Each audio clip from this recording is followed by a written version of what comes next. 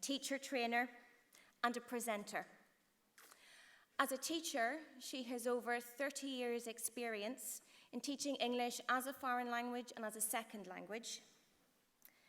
As an author, she has authored and co-authored over 20 textbooks for students of English. As a teacher trainer, she has delivered workshops on curriculum development, on testing and test item writing, on classroom management, on business English. The list is endless. As a publisher, many of you may be familiar with Ways Press, which is a micropress specializing in educational materials, as well as fiction and non-fiction publications. So as I said, a woman of many talents. But today, as we welcome Dorothy here this morning, together we're actually going to showcase one of our talents, our vocal talents, because today is Dorothy's birthday.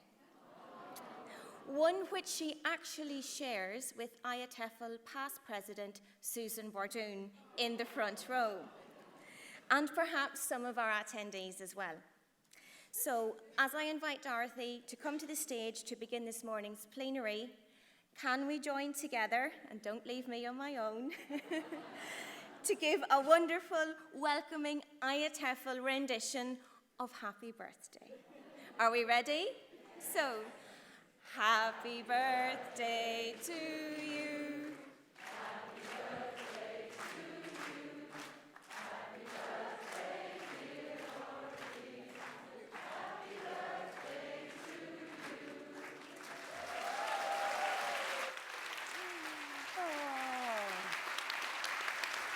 Oh.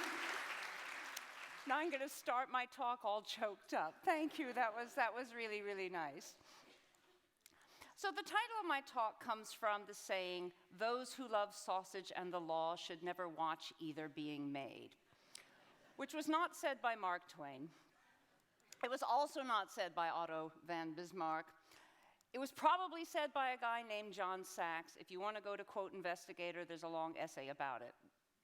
But I think the point is pretty clear, that things are made and we don't know how they're made, and sometimes the making of those things is not a pretty picture. Can I just ask for a little audience survey? Can you raise your hand and then keep it up long enough for people to look around and see if you ever use published materials in your classroom? So look around, and even if you're one of the few people who does not, the fact that everyone else does influences your teacher, your students, and the teachers in your school if you're an administrator. So I think we've established relevance. I also want to make it very, very, very clear that I am not anti-publisher, and this is not an anti-publisher talk. As Lou mentioned, I write and self-publish my own textbooks. I also run a micropress where I publish other people, but a lot of my income, probably more than half of my income, comes from writing and freelance editing commercially published ELT textbooks. There is nobody who wants commercial publishers to succeed more than me. That's my livelihood. And I worked for a few years in-house with Cambridge University Press in New York. So I am very, very, very much pro-publisher. But I have some concerns about the way publishing is happening these days. Back in the day, as they say, which for me was about 1997, 98 when I began writing materials, there was sort of a system for how a book got written. Often, authors would have ideas on their own and would approach a publisher and submit a proposal. There's someone also from back in the day. And they would pitch a project. You would fill out a submission proposal and try to get some interest. You would also have editors or even sales reps who would come to conferences like IATEFL, deliberately scouting for authors. They would be attending presentations, looking for who was doing something interesting, looking for good ideas, and inviting those people to submit proposals. If you wanted to be a writer but you didn't have a great idea, you would still approach a publisher and say, I'd really love to get into materials writing, what can I do? And you would begin by writing a teacher's guide or a workbook or maybe a bit of a test or something onto somebody else's larger project. And through that, you learned how to write, you established a relationship with a publisher, they realized you could hit deadlines, and you became known that way. That's how I started. I started writing teacher's guides for business English textbooks. And sometimes publishers, too, had an idea of what they wanted. Maybe we could sure use a reading series of about 4 levels. But then they would go and think, well, who's famous for reading? Who's a leading researcher or a teacher in reading? And they would approach that person and say, pitch us a reading project. For this kind of textbook, we got a 10% royalty. That was where you started at. If you were a new author or a non-famous author, or your book was maybe a skills book and not a huge seller, you'd start at 10%. But as you wrote another book and you became better known, you would be given maybe 12% for your next project or 15% for your next project. So that was the goal, to get up to that 12 or 15%. That's not 12 to 15% or even 10% of the cover price of the book. And we'll come back to this later in the talk. That's of net to publisher, which is what the publisher makes after any kind of discount to a distributor or to a bookstore, which can be as high as, a minimum to a bookstore in the US is a 55% discount built onto the price of that book, and I've seen it as high as 90% in some countries. So as I was writing my books, a little writing book and then another little writing book, and working on to bigger projects, I was waiting to go up from 10%. It wasn't terrible, but I knew that there were better things out there, and I had to get myself up into that 15% category. That day never came. I never went. I never went from 10% to 12% to 15%. I went from 10% down to 8% and lower. And I remember when this happened in May 2013, when all of the authors for a certain large publisher, whose name I'm not going to mention, but their initials are Pearson, sent all of us authors a letter that said, among other things, that they were moving beyond publishing to a new agile and outcome-driven function.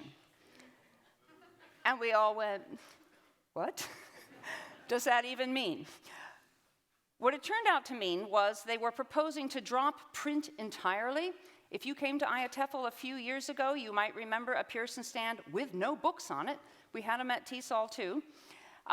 They wanted author names off the covers of books, which I see happening on the Cengage Nat Geo stand this year. And they wanted to get rid of royalties entirely and go to a fee only. They've since walked that back, and if you go to the Pearson stand at IATEFL now, you will see books on the stands and authors' names on the cover, and we have not gone digital only. But from that time, with them leading the charge, other publishers also began making changes, and now royalty rates are down. It's hard to give you any official numbers because publishers won't tell you, and many authors have gag clauses on their contracts. But in the back halls where we talk unofficially, what I hear is that Pearson is down to 0%, Macmillan has gone from 10% to 8%, OUP to 6%, Cambridge to 6.5 or lower, Nat Geo Cengage to 3, 2.5, and 2%, or those fees are gone entirely. And if there is any publisher out here listening or watching a recording later and listening who'd like to come forward and say, we offer 10% to new writers, absolutely make that public statement, and I will put it all over social media. But mostly what we hear is that we can't have royalties at all anymore. We're going to have just fees. And just fees aren't terrible as long as the fees are good fees. But a project that I would have been paid maybe $45,000 for 10 to 15 years ago is now offering $8,000. I'm sitting on, anyone out there, publishers, I'm sitting on the next great course book idea. I've got 4 books mapped out, I've got an author team ready, but when I pitch this to publishers, I say, I'm not going to do it for a fee unless it's a good fee. So then I had to think in my mind, well, what is a good fee for me as a writer? And I thought, well, if I'm doing one level of a book with a co-author, because of course books are pretty involved, and I'm going to give up 5 to 10 years of royalties, and it's going to take me 2 to 5 years to write it, my minimum would be $250,000. And that sounds like, oh, she's getting $250,000, but if you think of it as 4 to 5 years' salary, not so high when I'm getting half of it. But when I pitched it to publishers, they would say, oh, this is great. We'll give you $10,000 a level. And that's so far away, I'm not going to write that book. So fees are down. Some publishers are even paying by the page or by the hour. And those rates are also down. So everything is going down, down, down. Whether you're getting royalties or fees or something else, everything is down. So why? Why is everything going down? When I ask publishers, why are rates going down, the answer I get is, but digital came and it disrupted everything, and now we have no choice. You have to understand everything's got to pay less because of digital. But we know, as teachers and researchers, that just because two things happen at the same time does not mean that one causes the other. It is certainly true that when digital came in,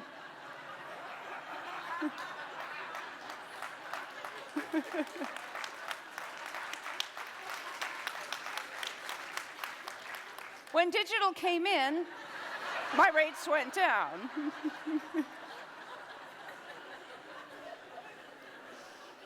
I got one more.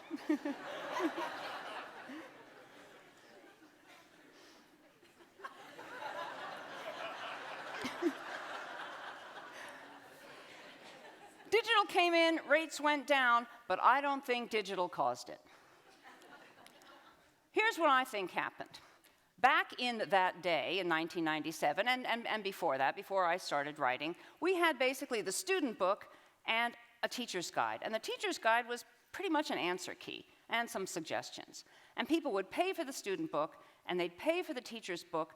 But if you were a large school, 200 students or maybe 3,000 students, a sales rep could give you the teacher's guide for free as sort of a thank you for adoption, because it's a student book that's making the money. But then the amount of everything began to increase. So you could get a free teacher's book, but then the teacher's book also had to include photocopyable activities and a midterm test and a final test.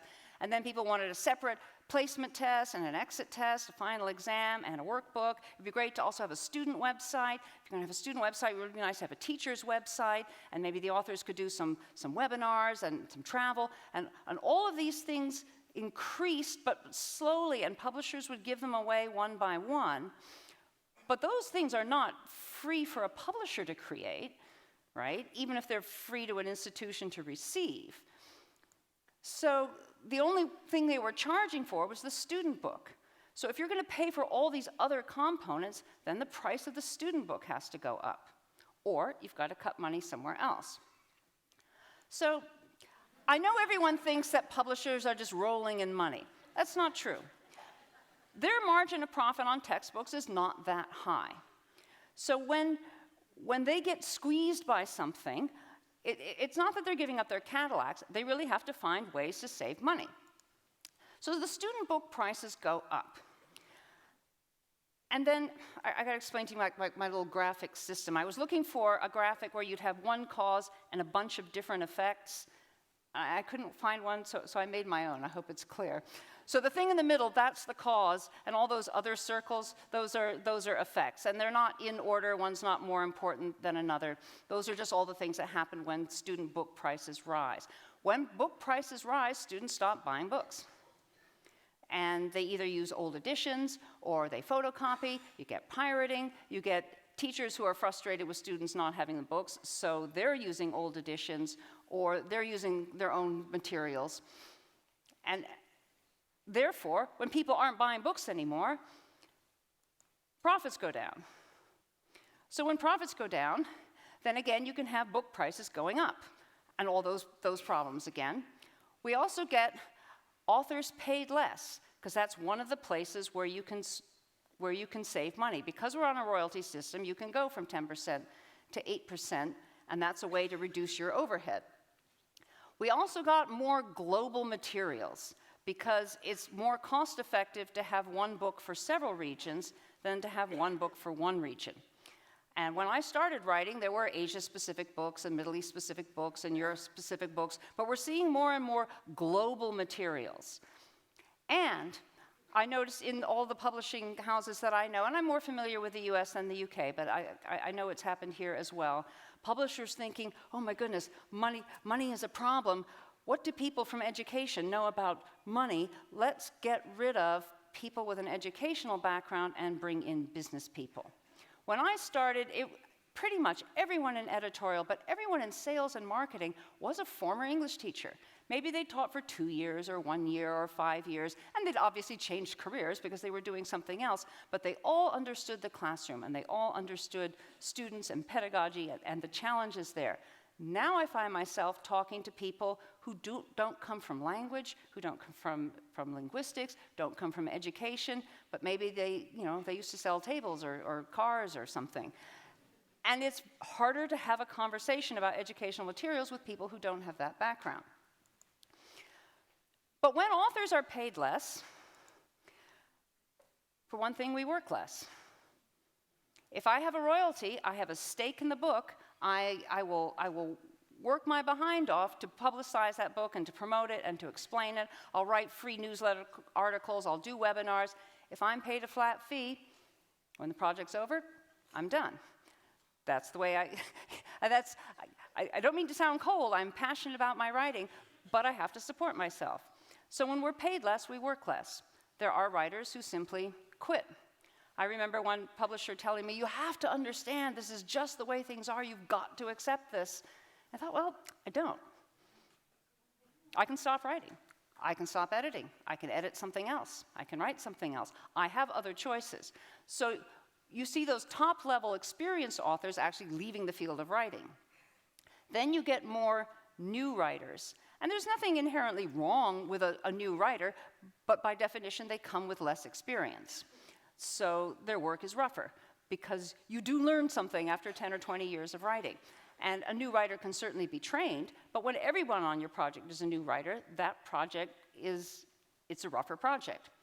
And then we get more publisher-led projects. Because you've got fewer experienced writers and more inexperienced writers, the publishers take greater control.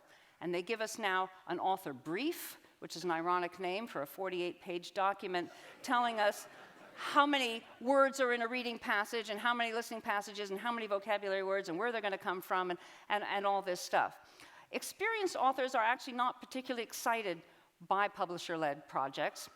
This came up in a Facebook group of mine from another author who probably wishes to remain nameless. But there's a certain lack of excitement about a publisher-led project because then we have no input and we don't have our ideas anymore. With less author input, you get more standardization. When authors are at least perceived to be working less hard, our rates go down again. After all, if the publisher has written the brief, why should you get a 10% royalty? Because they're doing more of the work. So it kind of spirals that author fee down. And as we go global, we get a lot more Middle East safe content. That's the new emerging market. They have some of the stricter content and lexical restrictions. And now everything needs to sort of pass that Middle East and sometimes North America filter before it can go out. So when I protest these things, when I push back on contract terms or whatnot, I get told things like, it's just not like it used to be, right? You can't party like it's 2011. Nobody goes into writing to make money, which I'm sure if you're a teacher, someone's told you at some point that you don't go into teaching to make money, but you shouldn't go into teaching or writing to lose money either. There's the tug on the heartstrings. If you cared about students, right, you'd work hard. Things are tough all over, which I agree. It's professional development for those writers who are also still holding down a full-time job in a university or a school. And it's good exposure.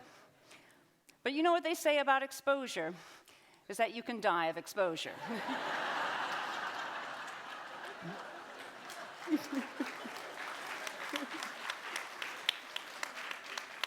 So when I'm told that I should be working for professional development and the love of it, and because it's good exposure, I have to wonder, why is it, of all the people who go into making a book, why is it the author who's presumed to be the one who needs to have it as a part-time job, right? Publishers, their staff are still paid. The sound engineers and recording artists are still paid. The production people are still paid. The art department is still paid. The bookstore people are still paid. The people who drive the trucks, who move the books, all of those people are still paid. Why am I supposed to do it evenings and weekends? You cannot write a good course book in a year if you're also teaching 40 to 60 hours. It's not an evening or weekend job. You could write a course book, but I don't know that you could write a good course book unless you shared it out amongst a bunch of people. If you want good authors working on good books, we need to be able to do it as a real job. Meanwhile, though, in publishing, as digital came in to ruin ELT, so they say, over in regular publishing, by which I don't mean educational publishing, I mean fiction publishing, authors were outraged that they got 25% royalties. I'd like to be that fat, right? So they were getting 25% royalties, which seemed to them too low, and they were frustrated about lack of control over content, the same way we sometimes are. And so they looked into self-publishing and indie publishing, where they make 70% of cover price. So the difference between 25% or 10% and 70% of a larger sum of money is pretty striking. I also have gag clauses on some of my contracts. So the book on, where is it? Over there on the right, that green one, it's representing student books that I have written. A book like that, which takes me, I want to say 6 to 9 months to write, usually with a co-author, retails for about $50. I don't know, 40, 45 pounds. I'm not sure about UK prices, but say about $50. And if you contrast that to the digital book on the left, on the other side,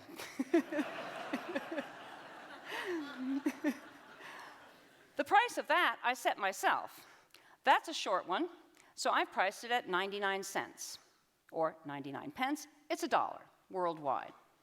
But on the green one, I'm making anywhere from 10% to 0% of net to publisher. On a digital book, I'm making 35 to 70% of cover price. And what makes the difference between the 35% and the 70% is my cover price. If I price a book under $3, an ebook under $3, I'm making 35%. Between $3 and $10, I'm making 70% of retail. On a book like that green one, my average take is anywhere from 12 cents to about $2.50. Yeah, that's exactly what I said. And often I have a co-author, so you hear that 12 cents, that is on a book that I have a co-author, so double that. If I wrote it alone, it would be 24 cents. Woo. When I sell one copy of that ebook for 99 cents, I'm making 35 cents. And you might say, yes, but a publisher with its sales and marketing force can sell far more copies. But I'll tell you, that ebook outsold in number of copies and out-earned in dollars, specifically that green book, in every 6-month period in the last 2 years. And I don't have a marketing department. So, I think if digital is losing you money, you're doing it wrong. So you are teachers. Why should you care if I'm struggling to make a living? Other than the fact that you're nice people. Why should you care about the textbook industry? Because, as you know from those people who raise your hands, you're all using books. So what happens when all of these things happen to a book? Quality goes down when people who are not in education, who are editorials, sales, and marketing people, are making decisions about content. And when experienced authors have less input or no input because they aren't even on the project anymore. Authors are no longer invested in the product. We care less when we don't have royalties. Turnover on a project is high because there's no motivation to stay. Somebody might work on the first edition but not the second edition. They might work on book 1 but not book 2.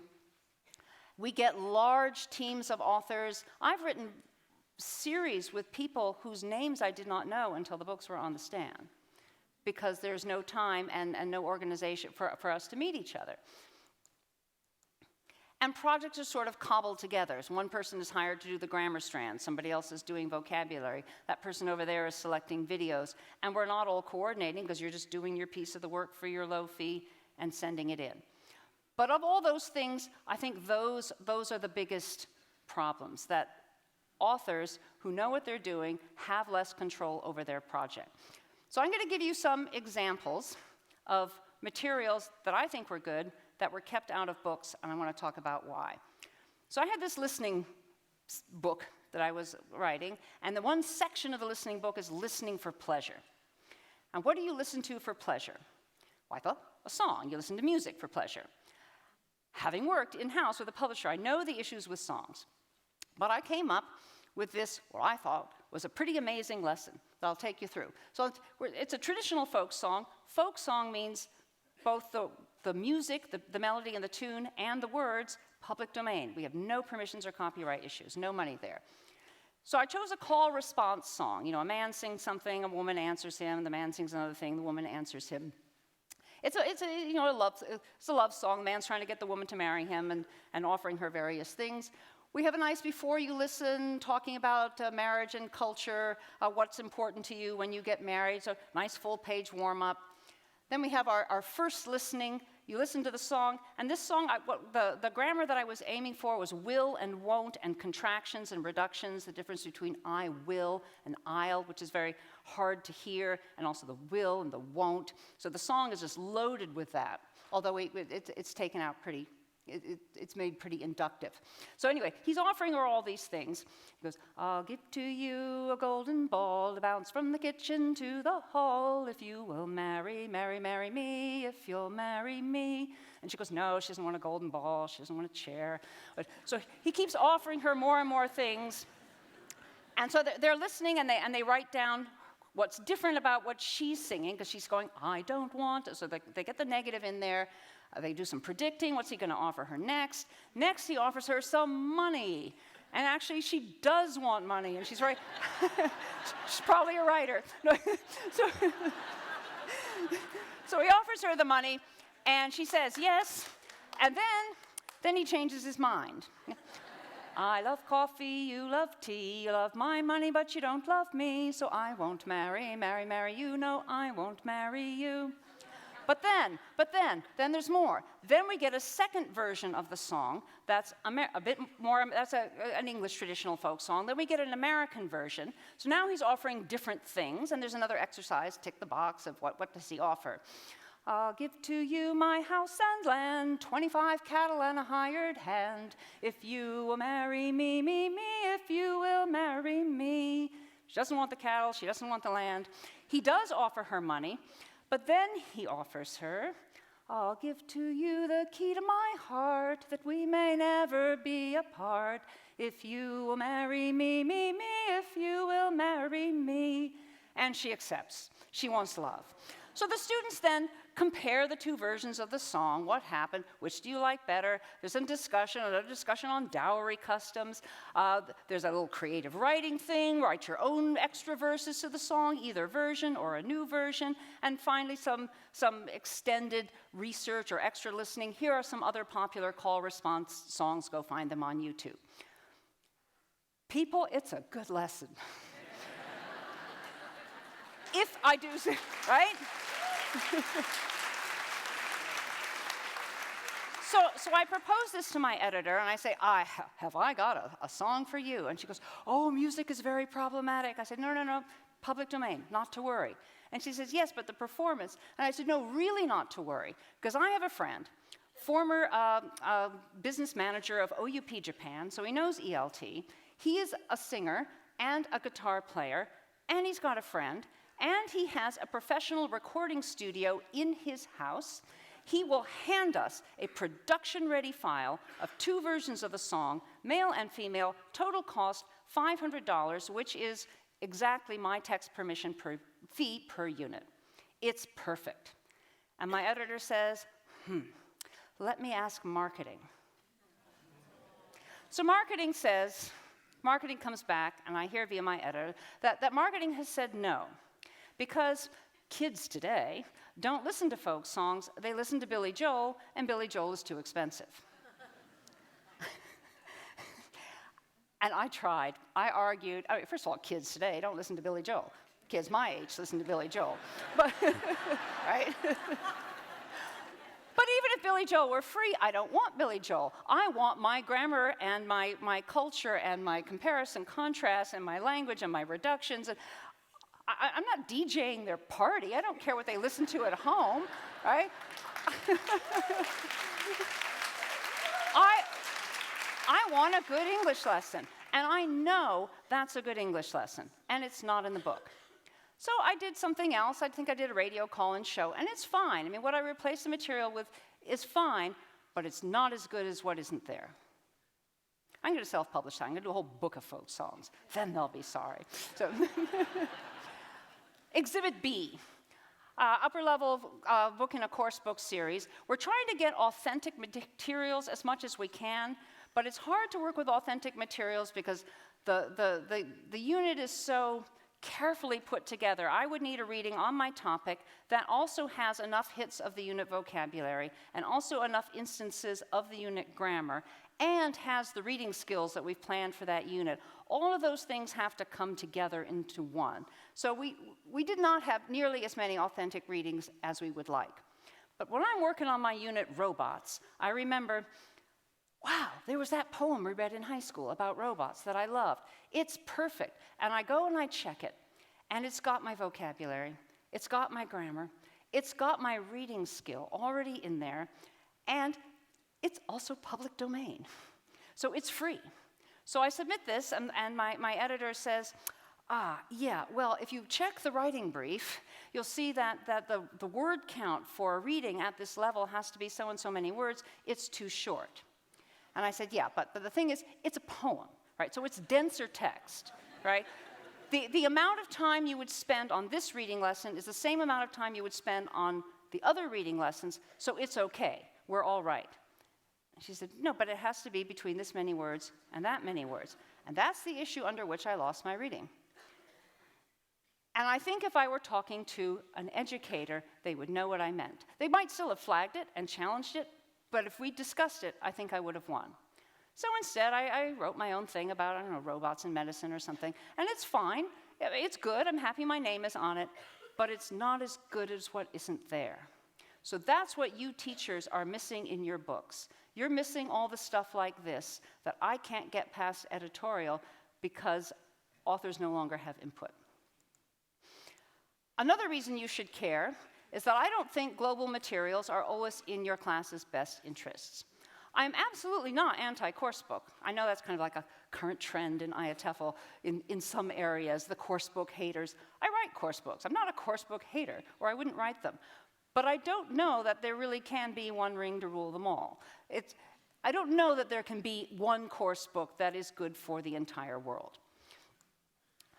When we are given our author briefs, we're given a whole list of topics that we cannot have in a book. This is just some of the topics that we cannot address at all. And I know in some markets that these are not acceptable topics, but I don't know that these are topics to exclude for the entire world. And it goes down to the word level. Those are all words that I have been told to take out of books. I fought back on the word level. I can't fight back on topic. I don't even try. On words, I fight back. Some of them I win, some of them I lose. That word government was in a short pronunciation exercise on silent letters, and they said, government is kind of a controversial word. And I know that there are controversial governments, right? I'm American. I know.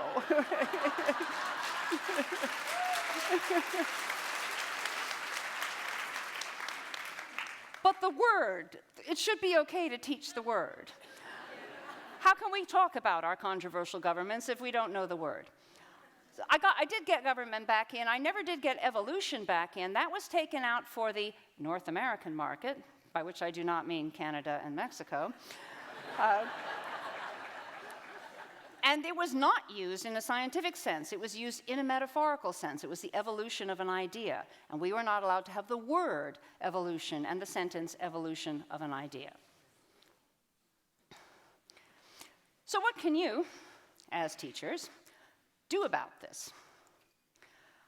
It used to be that you could pick up a book, and we call it the 30-second flick test, and you sort of flick through the pages, and if it looked bad, it probably was bad, and if it looked good, it was probably good, and that was enough. But design as a field has exploded, is so good. I think pretty much every book out there looks good. You cannot do the 30-second flick test anymore. You need to actually sit down with a book and look at everything and ask yourself, does this fit my class? Does this fit the way I teach? And I think you need to ask questions. How did you select the readings? Who selected these topics? What's your theory behind the vocabulary? And if you have questions, you need to start pushing back. I think it's absurd that in 2018 that I write a perfectly good reading, and then when it's finished and polished, I take 8 academic word list words from a spreadsheet and cram them in, except not this one, because it was also used in listening, and certainly can't have a student see a word twice. I know that's not the way the academic word list works. You know that's not the way the academic word list works. The people who who created the academic word list know that's not how it works. But when I tell publishers that's not the way it works, they say that's what the markets want. So if that's not what you want, you need to speak up. I'd also like to see publishers push back, and if someone does say, I want every reading to have exactly 8 academic word list words in there, I'd like to see publishers push back and say, no, that's not how the academic word list works either. If you hired authors who knew what they were doing and you trusted those authors, then we should be able to defend the pedagogy in our books. It shouldn't go by some kind of, reality show voting of, what the popular trend is. There should be a reason behind all of the materials. You need to compare and contrast materials. You need to look at more than one publisher and more than one book. If you've been to the exhibit hall at IATEFL, you've got a range. You've got big publishers, you've got small publishers, you've got independent publishers. Look at everything. Just because one booth is slightly further away, don't skip it on your tour around. Ask for examination copies, sit with them, and go through them. I know a lot of teachers have administrators who make decisions. Teachers, you've got to be more vocal with your administrators. Maybe they don't understand textbooks, then it's time to educate them and say, I need a book that does this because of this. Because you need to be focused on what is appropriate for your learner. Are there topics missing? Is it interesting enough? Are you happy with the way materials are sequenced? You need to look at all that stuff, and you need to look at it carefully. If you don't see what you want, you need to tell publishers what you want. And you can do that at conferences like this by talking to the sales reps and the editorial people on the stands. There is no publisher in existence, certainly not in ELT, who wants to make a bad book. Why would they? Every publisher out there wants to make excellent books that work well and teach students well. Of course they do. But where are they getting their information from? So if you come to them and ask them for higher level listenings or different topics or whatever it is you ask them for, that information is going to come back and it's going to inform their planning. If you wanted to really go rogue, you could start pointing to some of the covers of books and say, oh, I don't see the author's name. Who wrote this? Who's he? and ask where these materials are coming from. And I think you absolutely have the right to know who created your materials and who they are and why they believe in what they're doing and what it is that they believe. And here's the big one. It's time to pay for your stuff. It's no longer a student book and an answer key. If you want a website and a CD-ROM and a placement test and a midterm and a final, you need to pay for those things because they cost the publisher money to produce. If you can't afford that thing, then you can't have that thing.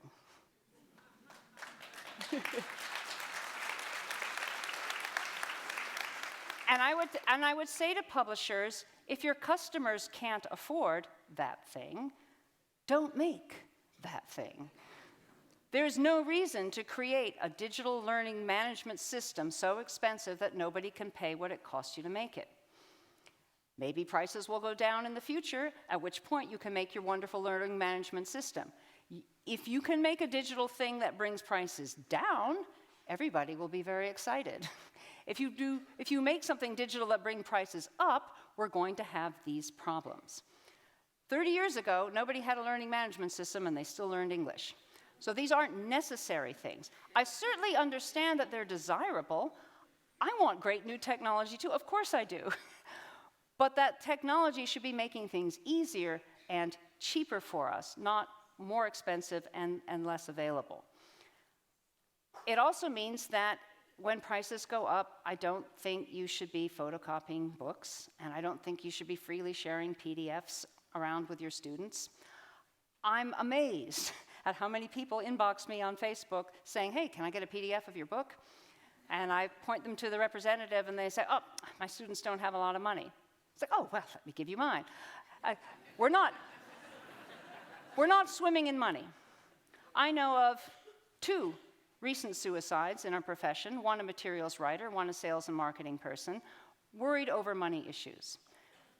Pirating textbooks is not a victimless crime. If you can't afford materials, it doesn't mean you can steal from me. There are ways you can get free materials.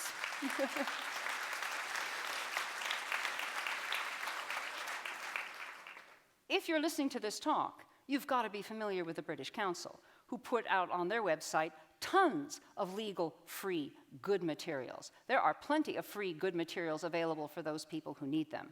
But if you want something special that took me 2 years to write, then you can either let me have my 25 cents, or heck, maybe even my $2, or you can write it yourself and put your 2 years into it.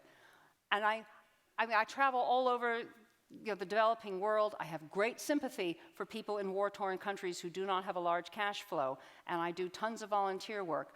But I have to make a living too. And when the prices go up for everybody, then everybody loses. If you're pirating materials and you're photocopying stuff illegally, profits fall, book prices go up, I get paid less, the experienced authors leave, and those teachers who are paying for their materials are now paying more money. That's not fair either. If you can't afford the book, don't get that book. Get a different one. Look into e-books or self-published books or things that are cheaper, or free materials from the British Council, but it is not fair to take stuff that you're not paying for. I'm going to let you read the first conclusion from Michael Swan.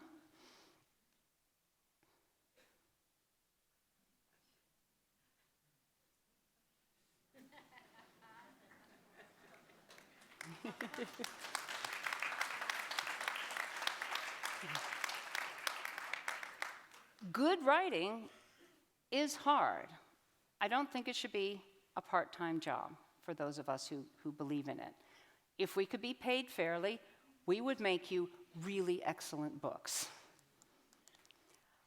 But I also don't want there to be some sort of tension between publishers and authors, or between publishers and teachers, or authors and teachers.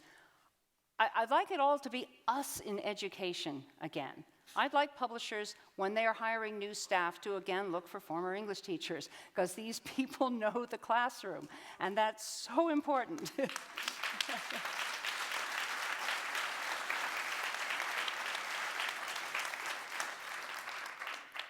So as you go back out into the conference, please go to the exhibit stands, talk to publishers, tell them your concerns, tell them if you see a book that you love, tell them why you love that book so they know what they've done right. And let's get teachers who are using these books more into the conversation with publishers.